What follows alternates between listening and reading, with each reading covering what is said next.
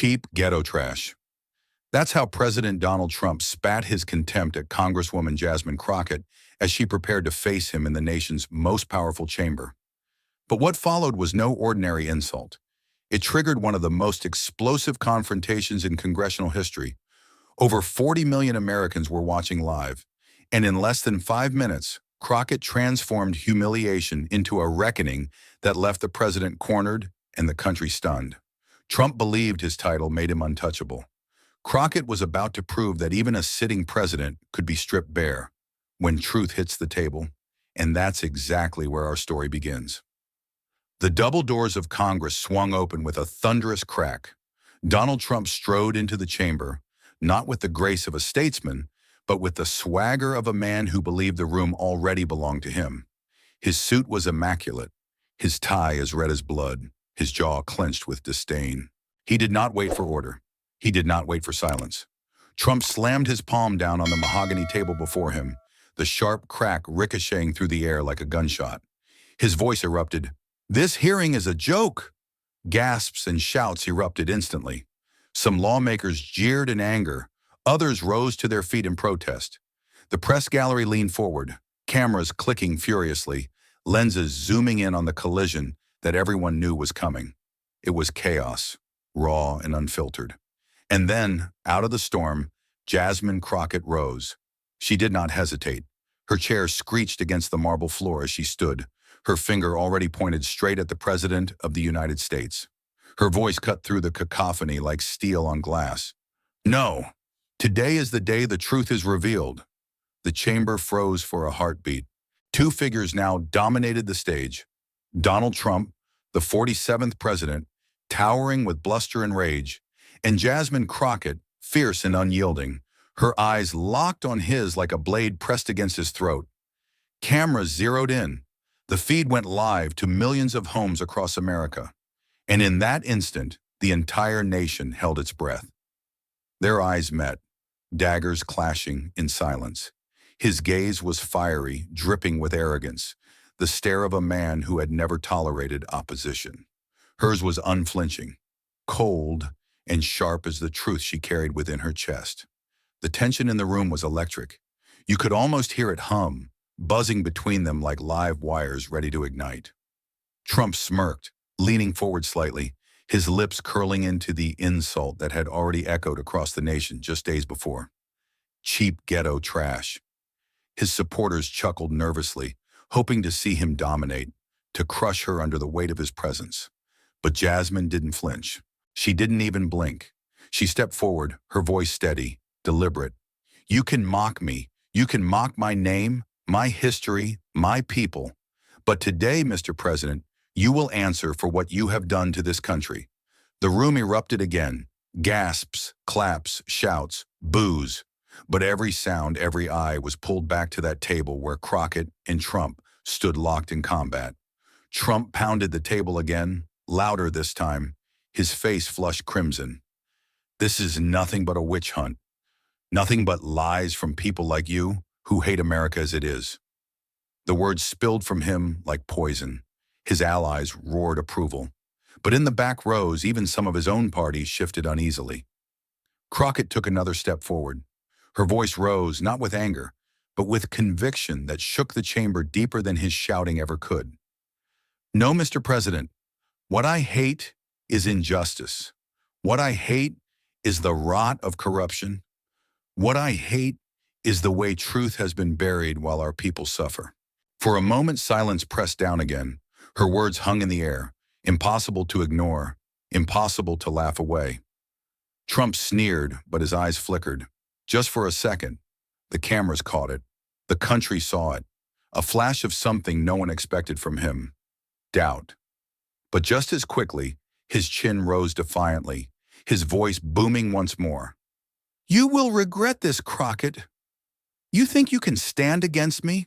Against the presidency? Against history?" She leaned across the table, her voice low, intimate, yet carried to every microphone in the chamber. "I don't need to stand against history, Mr. President. I only need to stand for the truth. And the truth is not on your side." The audience gasped again. The chamber was no longer a room. It was a battlefield. Every word, every gesture, a strike of sword and shield. The gavel slammed, but no one was listening. Not the senators, not the aides, not the crowd pressed into the gallery. The story was already bigger than the rules of order, bigger than any protocol. It was America, raw and exposed, staring at itself in the mirror of power. The president leaned back in his chair, the smirk returning but thinner now, weaker, fraying at the edges. Jasmine Crockett remained on her feet, shoulders squared, her hand resting on the pile of documents she had brought with her. She had not yet opened them. She hadn't needed to. Not yet. But the promise of what was inside them, the weight of truth ready to be unleashed, lingered over the chamber like a storm cloud, and every soul in the room could feel the first rumble of thunder rolling in. The duel had begun. The nation watched, millions at home gripping their armrests, unable to look away. Because this wasn't just a hearing anymore. It was a reckoning, and neither Donald Trump nor Jasmine Crockett could afford to lose. The silence in the chamber was broken not by order, but by contempt. Trump leaned forward, resting both elbows on the table, as though he were settling in for sport. His grin spread wide, sharp, and cruel.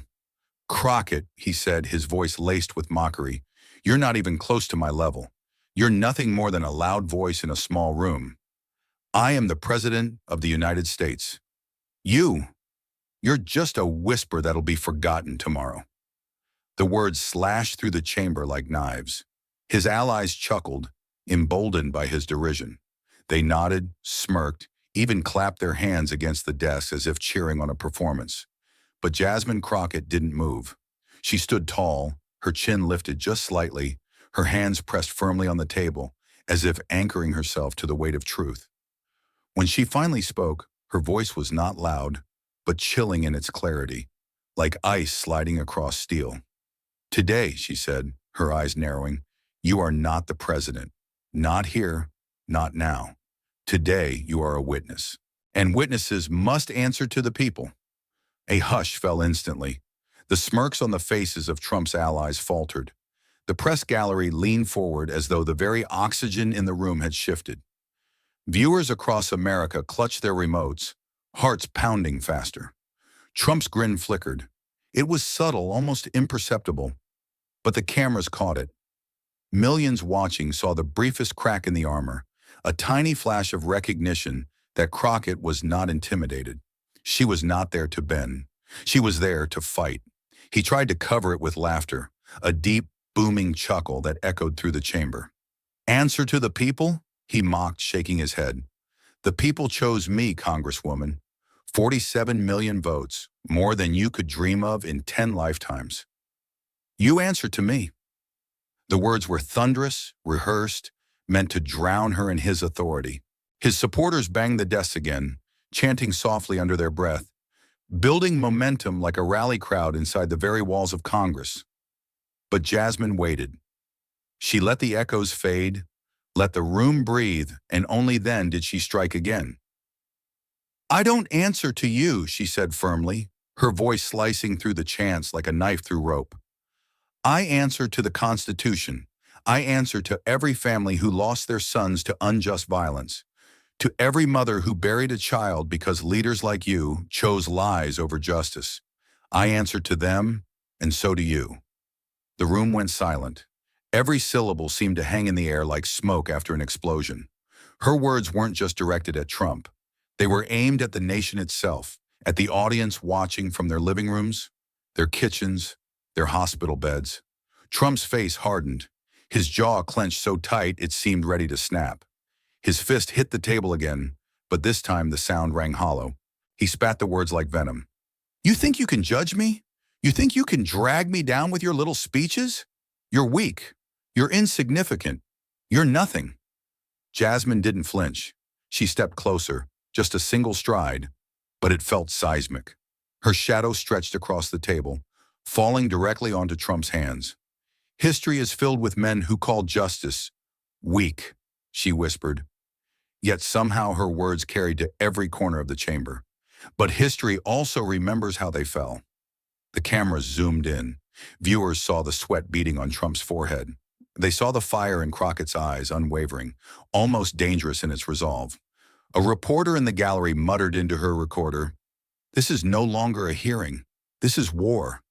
Trump leaned back, forcing a smirk, but his eyes betrayed the storm inside. He barked back, louder, trying to reclaim ground. "War? You want war with me, Crockett? Fine. But don't forget who commands the army, who holds the power of this office, who can end careers with a single word."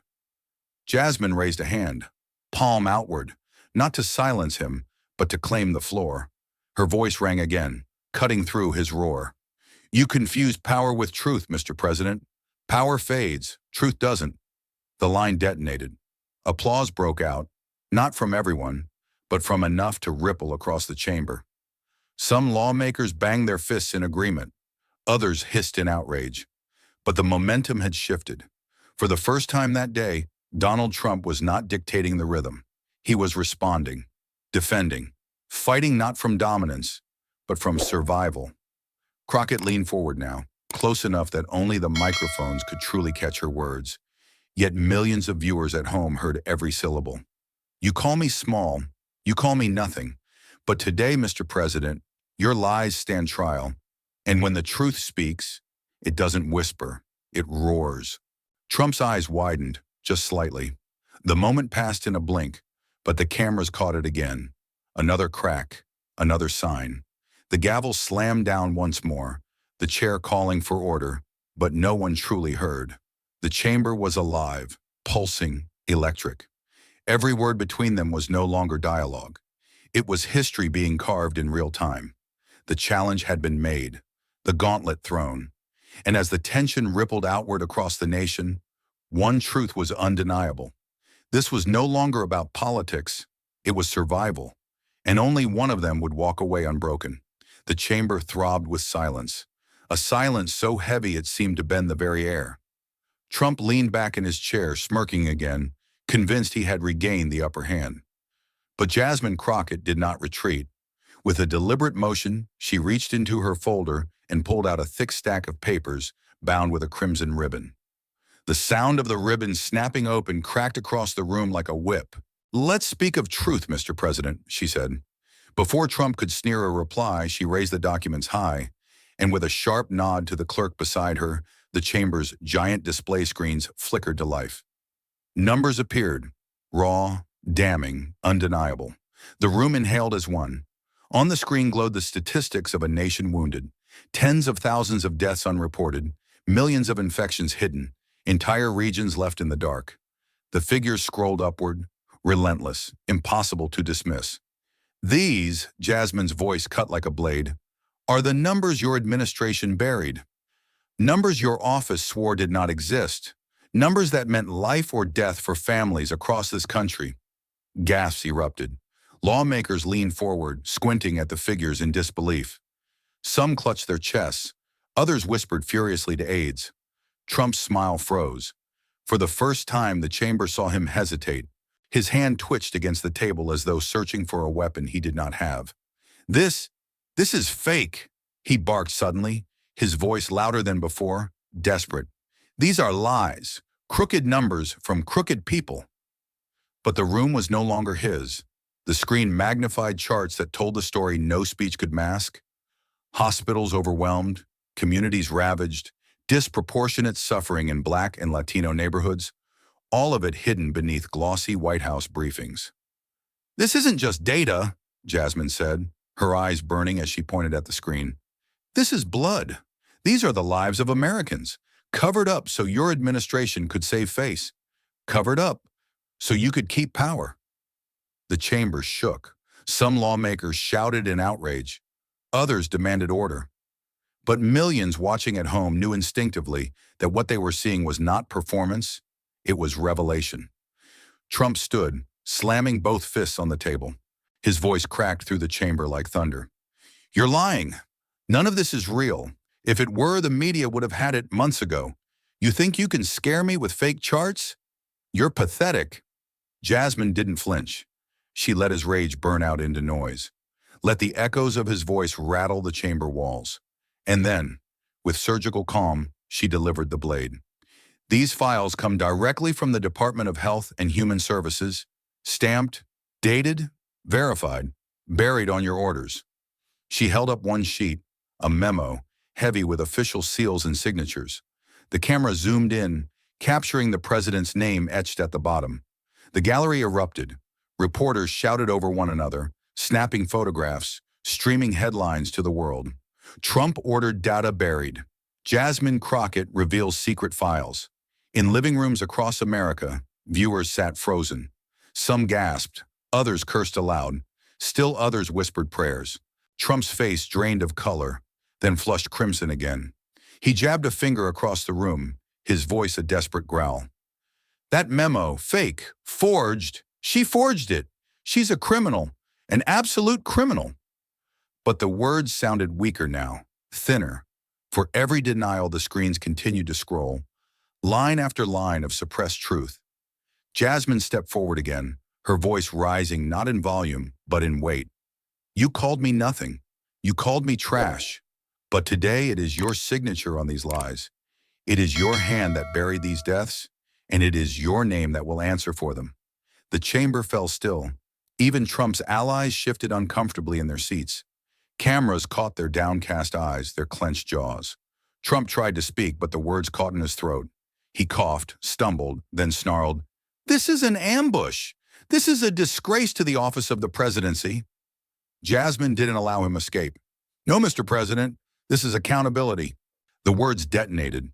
Applause broke out from one side of the chamber, fierce and unrestrained. Others hissed and shouted, but the momentum had shifted like a tide. Trump was cornered. His chest heaved, his jaw set in fury.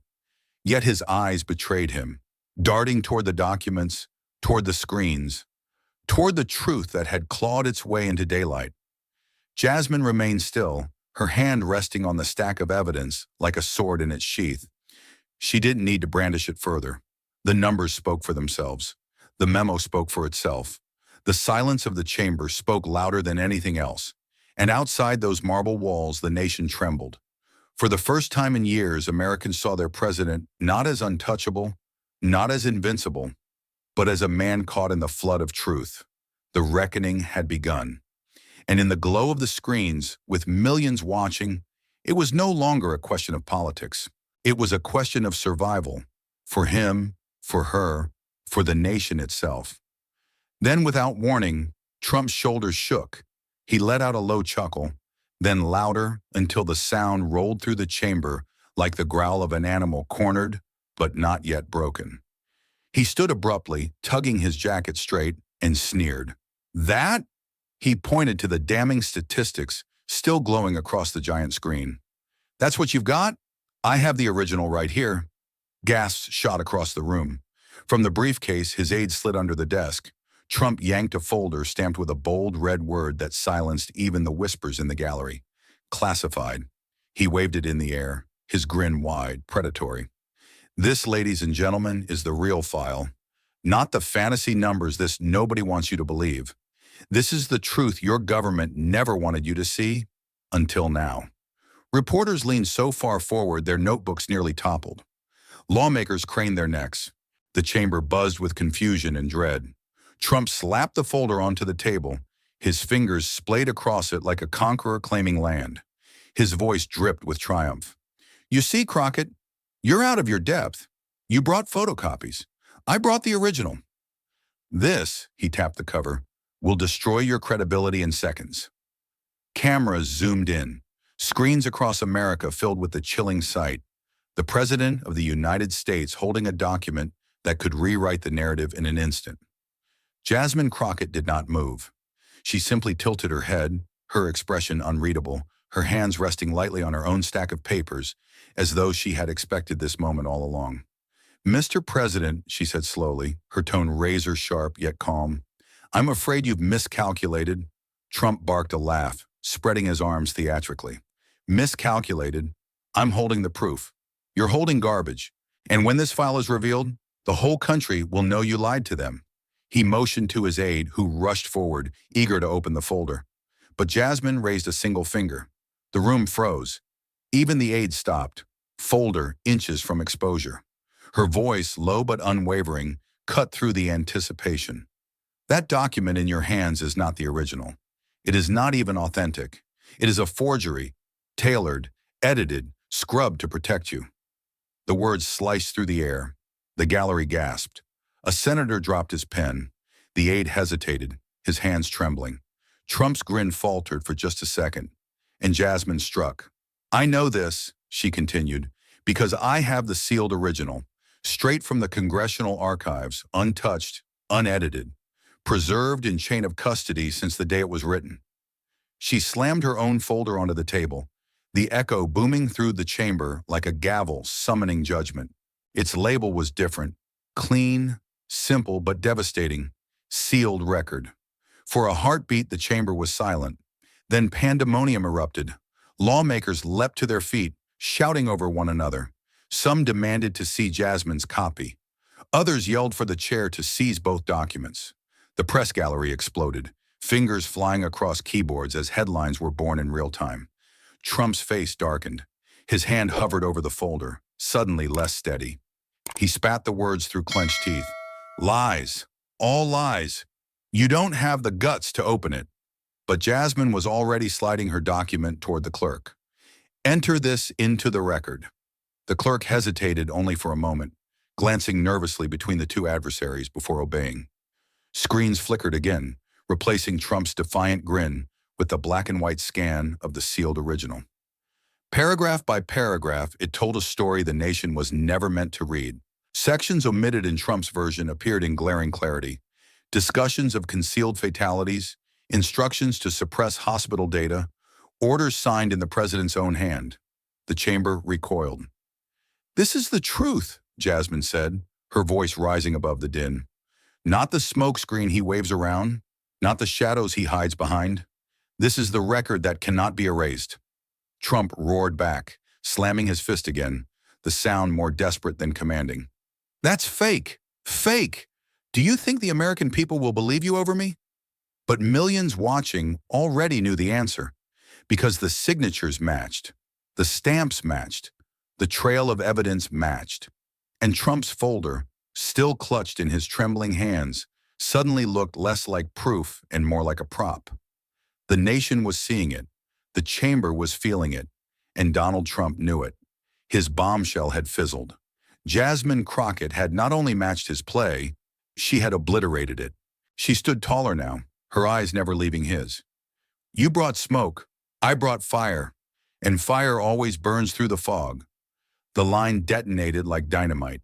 Applause erupted from her allies, cheers rolling across the chamber, even as Trump's defenders shouted themselves hoarse. The gavel slammed again and again, but the chaos could not be contained. Because in that moment, the balance had shifted. Trump, once the master of the stage, stood exposed.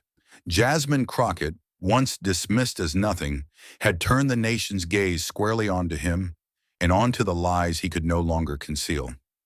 The war was far from over, but tonight in this chamber, the smoke had cleared, and what remained was fire. The sealed document glowed across the chamber's giant screens like a torch in darkness. Line after line of text scrolled, exposing the unedited truth. Buried paragraphs emerged like ghosts rising from the grave. Every omission, every falsified line, every missing page screamed of manipulation. Jasmine Crockett did not need to shout. She simply stepped aside, letting the evidence speak louder than any speech could. The clerk pointed to the discrepancies on the monitor. One by one, they appeared in red. Sections scrubbed from Trump's so-called original, directives altered, dates erased, phrases softened until crimes looked like clerical errors. "This is clear evidence of tampering," the clerk announced, his voice trembling but steady enough for the microphones to capture. "The two documents do not match. The president's version has been altered." The chamber erupted. Gasps, shouts. Some lawmakers slammed their palms on the desks in fury. Others demanded explanations. Reporters surged forward, cameras flashing so furiously the room pulsed like a storm of light. The camera feed cut to Donald Trump. His face was crimson, sweat beading on his temples, rolling down into the creases of his jaw. His mouth twisted into a sneer, but his eyes betrayed something he rarely showed in public: panic.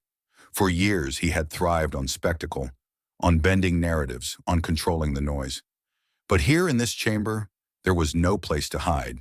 The lie was not just exposed, it was dissected in real time before the eyes of millions. A senator shouted, "This is fraud!" Another bellowed, "This is treasonous!" The room was in chaos, but the chaos no longer belonged to him. Trump slammed his fist onto the desk, his voice booming. "It's fake! All fake! They doctored the sealed file. She doctored it. This is a witch hunt." But the words rang hollow. On the screens, the forensic overlay highlighted his handwriting. The same strokes, the same ink inconsistencies. Proof that his version had been edited after the fact. "This isn't a witch hunt," Jasmine cut in, her tone sharp as glass. "This is accountability, and accountability doesn't care about your title." The chamber exploded in applause, a roar that thundered through the marble walls. Some lawmakers even rose to their feet, slamming their hands together, their voices echoing support. Trump's allies tried to shout them down, but their words drowned in the tide. The story was too clear, the evidence too undeniable.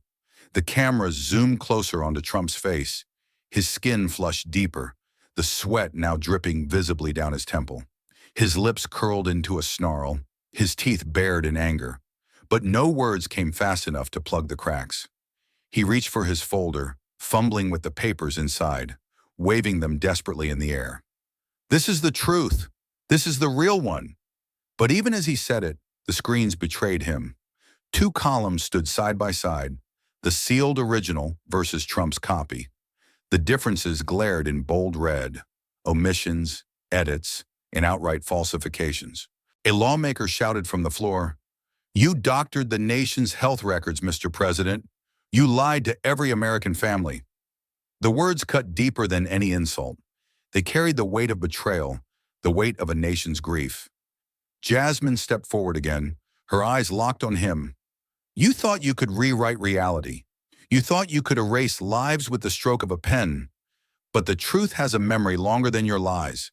The applause swelled again. Reporters typed furiously, broadcasting headlines that flashed instantly across the nation's phones and screens. "Trump document, proven fake. Forgery exposed, live in Congress." Trump's hands trembled as he tried to hold up his version higher, as if elevation could grant it legitimacy. But the cameras caught the tremor, caught the sweat glistening on his brow, caught the undeniable image of a man cornered. For the first time, America did not see a president in command. They saw a man drowning in his own deception. The gavel pounded for order, but the chamber ignored it. This was no longer routine. This was history unfolding, and the people watching knew it. At kitchen tables, in diners, in hospital waiting rooms, Americans leaned closer to their televisions. They saw the faces of lawmakers shouting for justice, the face of their president twisting in fury, and the steady presence of Jasmine Crockett, standing tall, unflinching, relentless. The clerk's voice returned, final and damning. "The president's document is confirmed altered. The sealed congressional file is authentic. There is no dispute." The roar of the chamber nearly shook the building. Trump's face was now beet red, his tie crooked, his fist still hammering the desk to no avail. He bellowed over the noise, "This is a coup. They're trying to take me down." But even his own words seemed to betray him, echoing not with strength, but with desperation. Jasmine's eyes narrowed, her voice rising above the chaos once more. "This is not a coup. This is democracy defending itself. And today, democracy is watching you sweat." The room exploded again. Applause mixed with shouts, but the momentum was irreversible. Trump's smokescreen had collapsed. His counterfeit shield lay in ruins. And under the searing lights of Congress, he was left exposed, sweating, raging, unraveling before the eyes of a nation that would never forget. For a long beat, the chamber seemed to hold him in that humiliation, the weight of evidence pressing down like an iron chain. Trump's chest heaved, his fist still clenched against the desk. But the fury inside him demanded release. Then his eyes narrowed. The grin returned, jagged and cruel. If he couldn't win with documents, he would win with destruction. "You think you're strong, Crockett?" Trump sneered, his voice dripping with venom. "You're nothing but a lucky accident in politics, a seat you stumbled into, a spotlight you never earned." Gasps rippled across the chamber. The insult was raw, direct, meant to strip her down not with facts but with contempt. Trump leaned forward, stabbing a finger across the table, his words growing harsher. Your father, he spat, was no hero either. But he never finished. Jasmine Crockett rose so suddenly her chair slammed against the marble floor. The sharp crack silenced the room. Her hand shot forward, palm flat in the air, like a shield raised against a blow. Her voice cut him off, sharp and final. Do not speak of my family. The chamber froze. Her eyes blazed, the fire of generations burning behind them. This is not the place for your cowardice, not the time for your gutter insults. You disgrace this chamber every time you open your mouth with such filth. Applause erupted instantly, rolling like thunder from her side of the aisle. Even a few members from Trump's ranks slammed their hands on the desk, unable to contain their respect for her refusal to bow. Trump's mouth hung open for half a second, stunned that she had cut him down so swiftly, so absolutely. Then his face twisted, fury replacing shock. You don't get to silence me, he roared, pounding the desk so hard the microphone trembled. I will say what I damn well please. But his voice, once a hammer that commanded every room, now echoed strangely hollow. It was met not with fear, but with boos, hisses, and louder applause for Jasmine. She did not sit. She did not retreat. Say what you please, she shot back, her tone razor sharp, because the more you speak, the more America sees you for what you are. Petty, weak, afraid.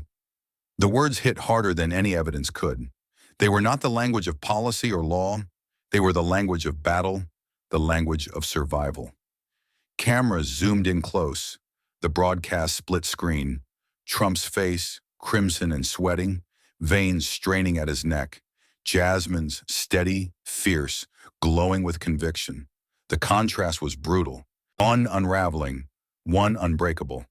Reporters whispered furiously into recorders. A headline already began to circulate. Crockett silences. President with 4 words. Do not speak family. Trump tried to regain ground, waving his arms wildly. She's hiding behind sympathy. She knows she's losing, so she drags her daddy's name in here to play the victim. The words tumbled out fast, frantic, but they no longer landed. Jasmine lifted her chin, her voice ringing above his noise. I don't need sympathy. I don't need pity. What I need is justice, and that's what terrifies you. The applause surged again, louder this time, swelling into a rhythm like a drum beat. Viewers at home clapped along in their living rooms, the moment striking chords deep in the American soul. Trump's hands shook as he grabbed at his folder again, shuffling papers, trying to reclaim control with sheer noise. But every move looked desperate. Every word sounded hollow. And Jasmine, without raising her voice, commanded the chamber. You can attack me, Mr. President. You can try to stain my name, but you will not touch my family and you will not erase the truth that stands before you. For a moment, there was silence again, the kind of silence that carries more weight than shouting ever could. The gavel slammed, demanding order. But order was already shifting, not toward Trump, but toward the woman he had tried to belittle. The chamber had seen the evidence. They had seen the forgery. Now they had seen his attempt at a personal smear collapse before their eyes. And millions of Americans had seen it too. Trump slumped back into his chair, his lips still moving, spitting curses under his breath. His eyes darted across the room, searching for an ally strong enough to rescue him. But the strength he once commanded was bleeding out, one insult at a time. Meanwhile, Jasmine Crockett stood tall, her presence electric, her voice echoing in the ears of every person watching. This is not about my father. This is not about my past. This is about the future of our country, and I will not allow you to bury it under your cowardice. The chamber erupted again. Reporters scribbled feverishly. Senators shouted to be heard over the roar. But one truth was undeniable. The attack had failed. Trump had tried to drag her into the gutter. She had dragged him into the light. And under that light, every bead of sweat, every crack of fury, every desperate insult was laid bare for the world to see. He had wanted to break her dignity. Instead, she had shattered his. And the night was far from over. The chamber buzzed with electricity, like the air before a lightning strike. Lawmakers were shouting, reporters scrambling. the audience in the gallery leaning over the rails, breathless. Donald Trump sat red-faced, chest heaving, muttering curses under his breath. He waved his hand dismissively, as if trying to sweep away the weight of the evidence, the sting of her refusal to bow. But the energy in the room no longer bent to him. It bent to her. Jasmine Crockett rose slowly, but when she stood, it was as if the whole chamber stood with her. Her eyes locked on him, unblinking, blazing, relentless. The cameras found her in that instant, zooming in so close that viewers across America could see the fire in her pupils. She didn't shout at first. She didn't need to. The silence around her swelled, pulling every ear toward her like a tide. And then, with the clarity of a hammer striking steel, she unleashed it. "Quit your BS, Mr. President." The words detonated like dynamite. Gasps shot across the chamber. Reporters nearly dropped their pens. Senators froze mid-gesture. Even the gavel in the chair's hand hovered in midair, caught in shock. And then, as if released from a chain, the explosion came. The chamber erupted. Applause, cheers, shouts, the pounding of fists on desks. The gallery roared, voices clashing in disbelief and exhilaration. It was chaos, but a chaos alive with energy, the kind that reverberates through history. Jasmine didn't stop. She took a step forward, her voice now raised, each word sharpened by years of suppressed fury. "The American people are exhausted. They are tired of your lies, tired of your games, tired of burying loved ones while you bury the truth. They have carried enough of your nonsense. And tonight, they will hear it named for what it is." The roar intensified, swelling into a storm. Trump shot to his feet, his chair screeching back. His face glowed crimson, his mouth gaping in outrage. How dare you talk to the president like that?" But his words drowned under the wave of noise. The chamber was no longer his stage. Cameras captured the split screen again. On one side, Trump's rage, spittle flying as he pounded the desk. On the other, Jasmine standing tall, her chin high, her voice steady, commanding the moment. She leaned forward, her finger pointing directly at him. "You call yourself the president," she said, her voice unshaken by his roar. "But presidents do not bury truth. Presidents do not spit on the people they swear to serve. Presidents do not hide behind lies. You may have the title, Mr. Trump, but you have lost the honor." The chamber went wild again, applause surging, chants rising from her allies. "Tell the truth! Tell the truth!" rang out from the floor, echoing in the rafters. Trump's fists slammed the desk again and again, but each thud sounded weaker, less commanding, more desperate. The chair's gavel pounded in vain, the call for order swallowed whole by the storm.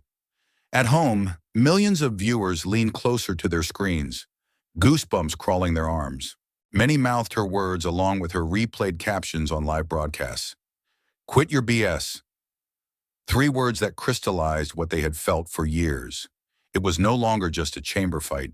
It was a cultural moment, burned instantly into the nation's bloodstream. Jasmine straightened, her voice now calm again, but the fire still glowing. "You told me I was small. You told me I was nothing. But tonight, Mr. President, the whole world has heard me, and they will not forget." The line landed like the final strike of a drum. Trump's mouth moved, but no words came. He gestured wildly at his aides, barking half-formed protests, but the cameras stayed fixed on her. The story had already chosen its focus. Reporters filed headlines in real time. Crockett explodes at president. "Quit your BS." Congress erupts in historic moment, a line for the ages. Even some of Trump's closest allies avoided his gaze, their eyes fixed instead on the floor, their knuckles white as they gripped their pens. They could feel it, the tide turning. Jasmine lowered her hand, her body steady, her breathing even.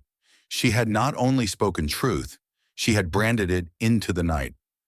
And as the noise continued, one thought rang louder than the rest. The reckoning was no longer confined to this chamber. It had leapt across the walls, across the screens, into every home, every heart. 3 words had ignited it, and nothing could put out the fire now. The chamber was still vibrating from the aftershocks of Jasmine's line when the doors creaked open. At first, no one noticed. Too many were shouting, clapping, pounding desks. But then the hinges groaned louder, and the sound cut through the noise like a blade. Heads turned, cameras swiveled. In the doorway stood a man, gray at the temples, his suit wrinkled, his steps hesitant but deliberate. His face was pale, his hands trembling as he clutched a folder tight to his chest. The gallery gasped. Some recognized him instantly. He was no stranger. He was one of them, a former senior advisor to Donald Trump. For a heartbeat, the chamber went dead silent, as though the very air had been sucked out. The man's voice cracked, but he forced it forward, steadying as the words escaped. "I was there," he said. His eyes flickered to Trump, then back to Jasmine. "And I know what he hid." The silence deepened, thick and suffocating. Even the gavel hung midair, suspended in the chair's hand, as if no one dared interrupt. Jasmine's eyes narrowed. She had expected resistance, but she had not expected this. Still, she stepped aside, giving him the floor. The man walked forward slowly, every step echoing across the marble. Reporters scrambled to capture his face, their cameras firing like machine gun bursts. Senators whispered furiously, some gripping their chairs as if the ground itself had tilted. Trump's face drained of color, then flushed with fury. "Sit down," he bellowed, slamming his palm onto the desk. "You're a traitor. You don't belong in this chamber." But the man didn't stop. He clutched the folder tighter, his eyes trembling but resolute. "I took an oath to serve the truth," he said, his voice rising with each word, "and I cannot carry this weight any longer." The chamber erupted in gasps. Some shouted for security, others demanded silence. But the man planted himself at the witness table, his hands shaking as he placed the folder before him. Trump leaned forward, his fingers stabbing the air. "He's lying. He's bitter because he was fired. Nobody believes a disgrace, nobody." The man's eyes met Trump's. For the first time, he didn't flinch. "I was in the room when you gave the order to hide the numbers," he said, his voice trembling but clear. "I watched you tell us to make it disappear, and I watched as families suffered because of it." The words hit like a hammer. The chamber exploded. Shouts, applause, cries of disbelief. Trump pounded the desk, his voice hoarse now, breaking through the noise. "Liar! You're making this up! This is treason!" But the cameras caught it, the vein throbbing at his temple, the sweat streaking down his face, the panic hidden beneath the rage. The man flipped open the folder. Inside were notes, handwritten memos, meeting transcripts, internal communications. He slid one page forward, his hands shaking. "This," he said, "is my record. I wrote it the night it happened because I knew one day the truth would need a witness." The clerk snatched it, rushing it toward the scanners. Moments later, the words appeared on the giant screens. And there it was, a note, dated, signed, words that could not be dismissed. President instructed suppression of data, direct order, national risk acknowledged, proceed anyway. The chamber gasped again, louder this time. Jasmine stepped forward, her voice calm, steady. "This is corroboration, independent, firsthand." Reporters exploded, typing furiously, cameras flashing. Surprise witness testifies against Trump. "I was there," advisor says. Trump's voice cracked as he shouted, his words tangling with fury. "It's fake. It's all fake. He's lying. This is a setup. They're all in on it." But the words sounded more desperate than ever, a man shouting into the wind as the storm closed in. The witness turned to the chamber, his voice breaking but resolute. "I served him. I defended him. But I cannot defend this. Not anymore. Not when truth demands to be told." Jasmine nodded, her eyes blazing. She looked straight into the cameras, into the millions of American homes watching. "You wanted to hear from someone who stood beside him. Now you have." The gallery erupted again. Senators banged desks, voices shouting over one another, but the tide was undeniable. Trump slumped back into his chair, his face twisted in fury, but his eyes wide with fear. His fortress was crumbling, stone by stone, witness by witness. And across the nation, millions saw it. The president unraveling, the truth closing in, the reckoning drawing nearer. For a moment, the chamber was still again, every heart pounding, every breath shallow. Then the witness whispered the words that sealed the silence. "I cannot lie for him anymore." And in that confession, the walls of denial cracked wide open. The chamber rippled with shock, lawmakers on both sides leaning forward as if history itself had just shifted beneath their feet. The witness's words still hung in the air, heavy and irreversible, when Trump suddenly bolted upright, slamming both fists on the table. His voice ripped through the chamber, raw with fury. "You think this is over?" he thundered. "You think you've cornered me? Well, I have a deal that will blow all of this to hell." Gasps erupted. Reporters scrambled to their feet. The gallery leaned closer, unsure whether to believe what they had just heard.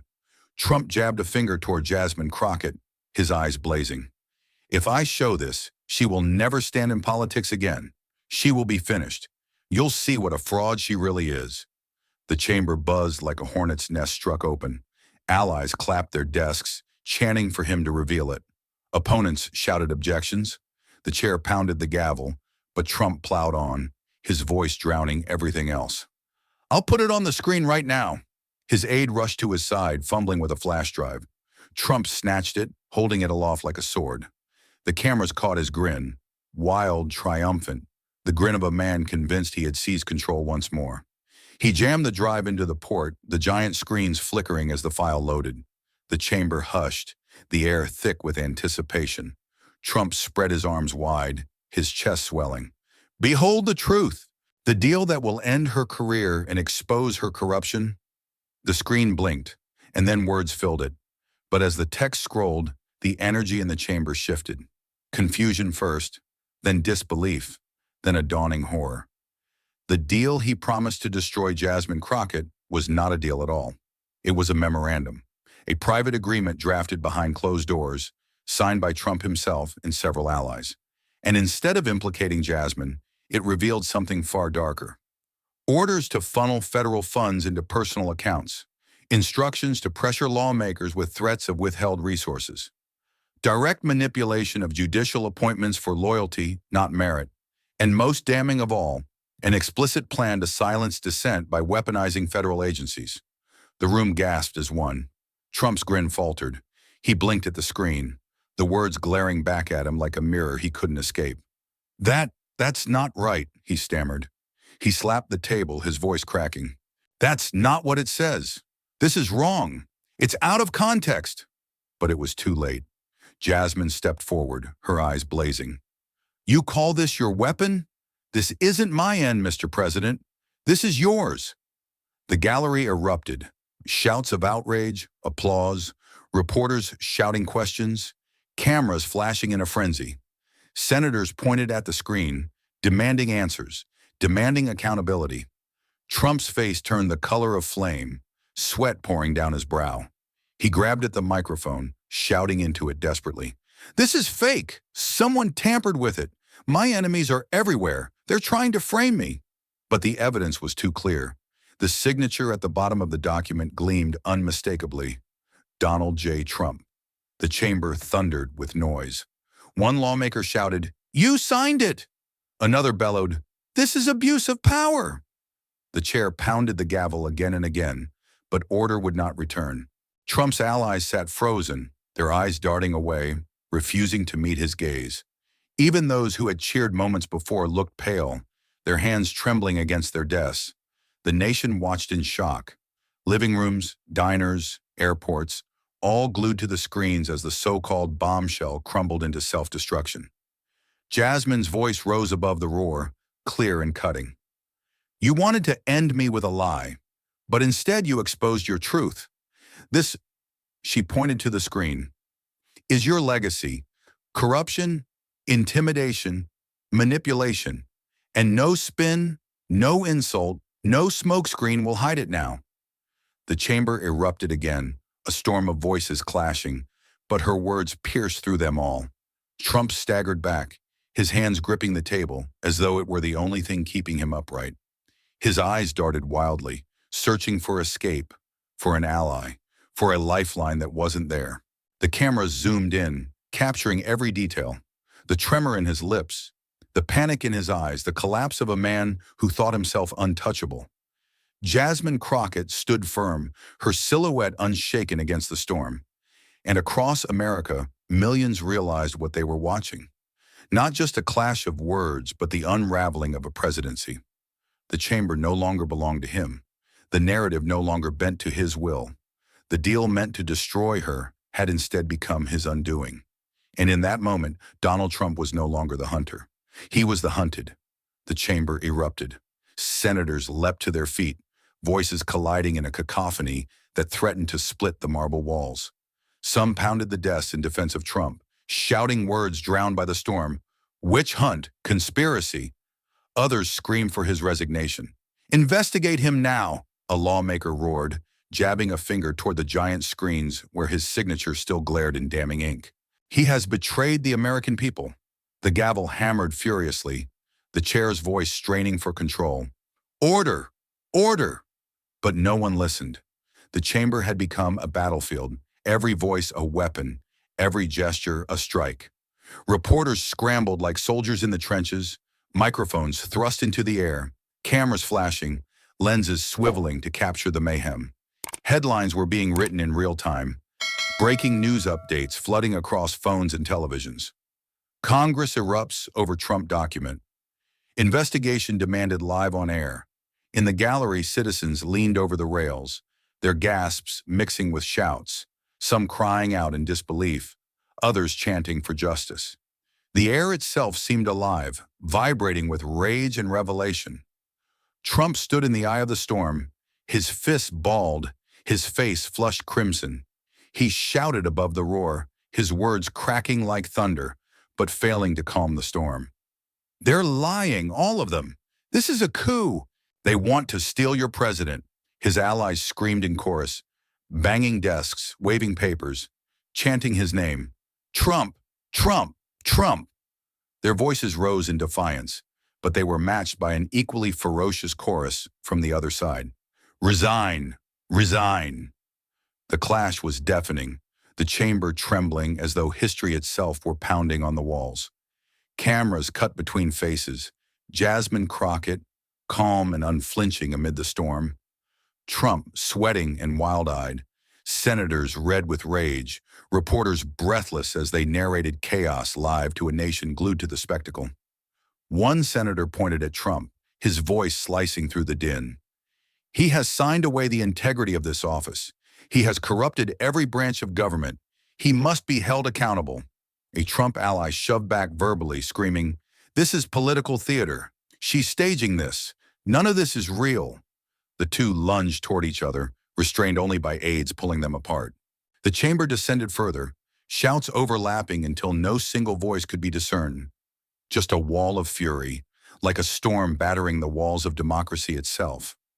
The gavel pounded again, but the chair's hand trembled. Control was slipping like sand through fingers. And through it all, Jasmine Crockett stood unmoved. Her hands rested calmly on the table, her gaze steady, her voice finally rising above the chaos like a lighthouse cutting through the storm. "This chamber belongs to the people," she declared, her voice firm, commanding. "Not to lies, not to intimidation, and not to a man who thinks power means freedom from consequence." The words sliced the air, drawing some lawmakers into sudden silence. Cameras swung back to her, fixating once more on the unshaken force at the heart of the chaos. Trump exploded, pointing at her with a trembling hand. "She's the liar. She's the one who should be investigated. She's corrupt. She's nothing but trash dressed in power." So, but his voice cracked. The rage sounded desperate now, unconvincing, even to some of his own allies who shifted uncomfortably, their faces pale in the glow of the damning document still hanging over them. "Enough!" Jasmine's voice thundered back, sharp and resonant. "The American people are watching.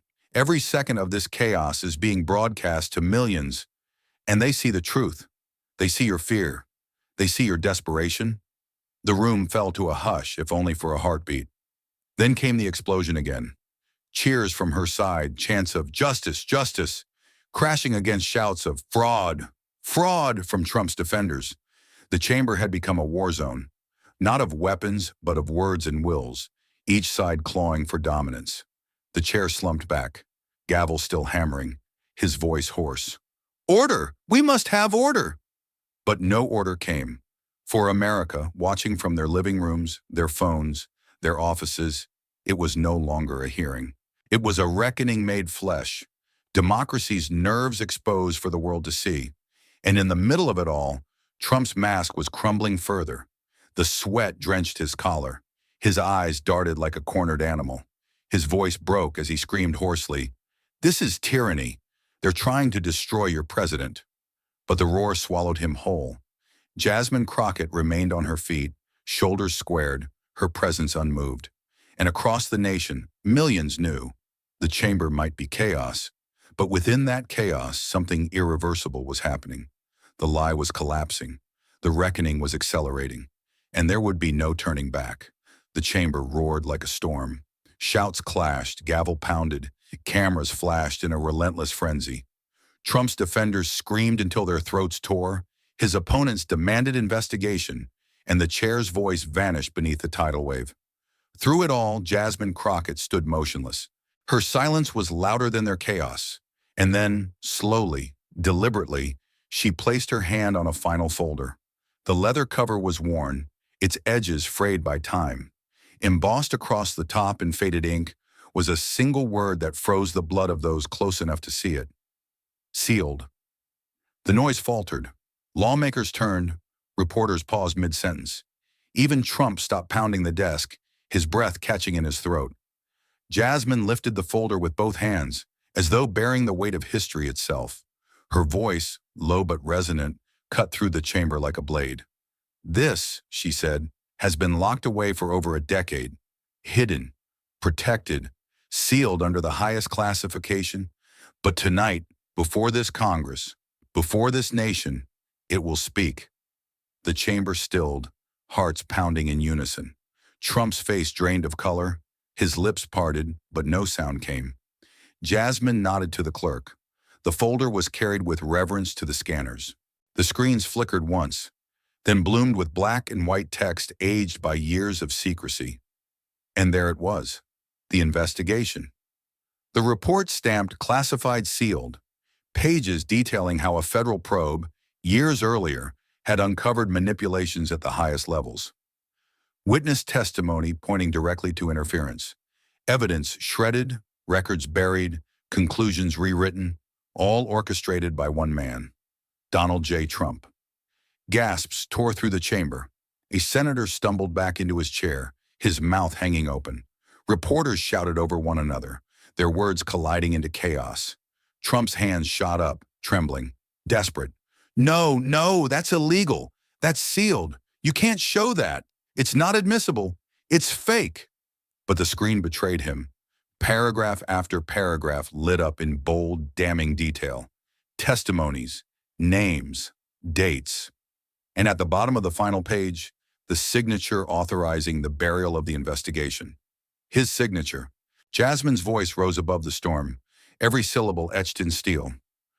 "For more than 10 years, this truth has been locked away. For more than 10 years, the American people were denied justice. Tonight, that seal is broken, and the truth has a name. Donald Trump manipulated a federal investigation to protect himself." The chamber exploded. Applause, outrage, shouts colliding in a frenzy. Some lawmakers pounded their desks demanding immediate inquiry. Others shouted for security, for order, for anything to stop the avalanche rolling down upon them. But nothing could stop it now. Trump staggered back, his chair screeching across the marble floor. His jaw dropped, his hands flailed, but no words came. For the first time in his career, his voice, the weapon that had carried him through storms, was gone. He stood there, mouth agape, choking on silence as the screens glared down at him like a jury of ghosts. The gallery was frozen, eyes wide, breaths held. Millions at home leaned so close to their screens they could hear their own hearts pounding. It was the image of a man undone. Jasmine stepped forward, her voice softer now, but cutting deeper than ever. "You told this country you were untouchable. You told them you were above the law, but the truth you buried has risen, and tonight it has spoken." The chamber trembled under the weight of her words. Reporters typed furiously, their feeds lighting up with headlines. "Sealed file exposes Trump cover-up." Investigation tampered, evidence buried. Some senators bowed their heads, shame etched across their faces. Others shouted until their throats burned, demanding justice, demanding answers, demanding consequences. And Trump, once larger than life, stood small beneath the glare of the truth. His hands trembled, his face pale, his eyes darting wildly as though searching for escape, for a door that no longer existed. For years he had controlled the narrative. Tonight the narrative consumed him. Jasmine Crockett did not gloat. She did not smile. She simply stood, her shoulders straight, her gaze unwavering. The silence she carried was not triumph. It was justice delivered at last. The chamber knew it. The nation knew it. The sealed file had been opened. And with it, the last defense of Donald Trump had shattered into dust. For a long, breathless moment, the chamber stood frozen. The giant screens glowed with words no one could erase, every damning line seared into the eyes of history. Trump sat rigid, his lips parted, his eyes wide, his skin pale under the unforgiving lights. His hands clutched the edge of the desk, as though he might fall without its support. But no words came. The man who had thrived on noise was swallowed by silence. Jasmine Crockett rose. The scrape of her chair against the marble floor rang louder than the gavel had all night. She stepped forward, steady, her heels clicking with the rhythm of inevitability. Her voice, when it came, was not a shout, not a cry, but a declaration, calm, measured, and sharper than any blade. The truth is no longer buried. Today is only the beginning. The words thundered through the chamber, echoing off its stone walls, vibrating in the bones of every person present. A storm of sound followed. Applause erupted from one side, fierce and unrestrained, senators pounding their desks in rhythm. Shouts of outrage burst from the other, defenders of Trump screaming until their faces turned scarlet. The chair's gavel hammered, but even he had given up. The chamber was beyond order. It was alive with reckoning. Cameras zoomed in, first on Jasmine, standing tall with her hands still resting on the folder that had undone a presidency. Then on Trump, motionless, his jaw tight, his eyes locked on nothing, as though staring into an abyss only he could see. Reporters whispered frantically into their microphones. Breaking news alerts flooded across the nation. Crockett declares, "Today is only the beginning." Trump silent after sealed file reveal. In living rooms, diners, and crowded bars, Americans leaned forward, breath caught in their throats. Some cheered, some wept, some shook their heads in disbelief. But none could look away, because in that chamber they saw something they had never expected to witness. The untouchable man rendered mute, and the woman he mocked standing as the voice of justice. Trump's silence stretched on, heavy, unbearable. His mouth twitched, his hands flexed, but still no words came. He sat like stone, his face a mask cracked by fear. Jasmine lifted her gaze, sweeping across the chamber, across the gallery, across the cameras broadcasting her to millions. Her eyes burned with a fire that seemed to leap through the screens into the hearts of the nation. "This fight is not finished," she said, her voice firm, echoing with conviction. "This is not the end. This is the first step toward the justice that has long been denied." The chamber thundered with applause again. The sound rolled like waves crashing against cliffs, unrelenting, unstoppable. And then, as the cameras swung back to Trump, the contrast was absolute. He sat frozen, sweat glistening on his brow, his jaw locked in silence. For years, he had commanded every room with words that dominated, intimidated, overwhelmed. But now there was nothing. The silence of Donald Trump was louder than any speech he had ever given. The cameras pulled back, sweeping across the chamber. Senators still shouting, aides rushing in panic, reporters scribbling history with ink that would never fade.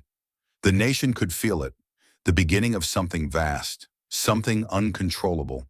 Not an ending, a storm, a political tempest that would tear through parties, through courts, through the very fabric of the republic. The camera lingered one last time on Jasmine Crockett. She stood unbroken, her shoulders squared, her presence radiating strength. Then it panned back to Donald Trump, silent, stiff, eyes glassy with shock. And in that single cut, America understood. A line had been crossed. There was no return. The chamber burned with noise. The nation trembled with anticipation. The future loomed, uncertain and fierce. One story had ended. Another had just begun. And outside the walls of Congress, a storm unlike any before was gathering on the horizon. In the end, the clash inside Congress was not only about one man or one woman, but about the timeless struggle between lies and truth, arrogance and dignity, power and justice. What the nation witnessed was a reminder that no title, no wealth, no force of intimidation can bury the truth forever. For every voice that tries to silence justice, there will always be another willing to rise and speak. And perhaps the lesson is this: greatness is not measured by power seized, but by courage shown, especially when standing for those who cannot stand for themselves. If this clash inside Congress shook you, don't just swipe away. Sit with it. Talk about it.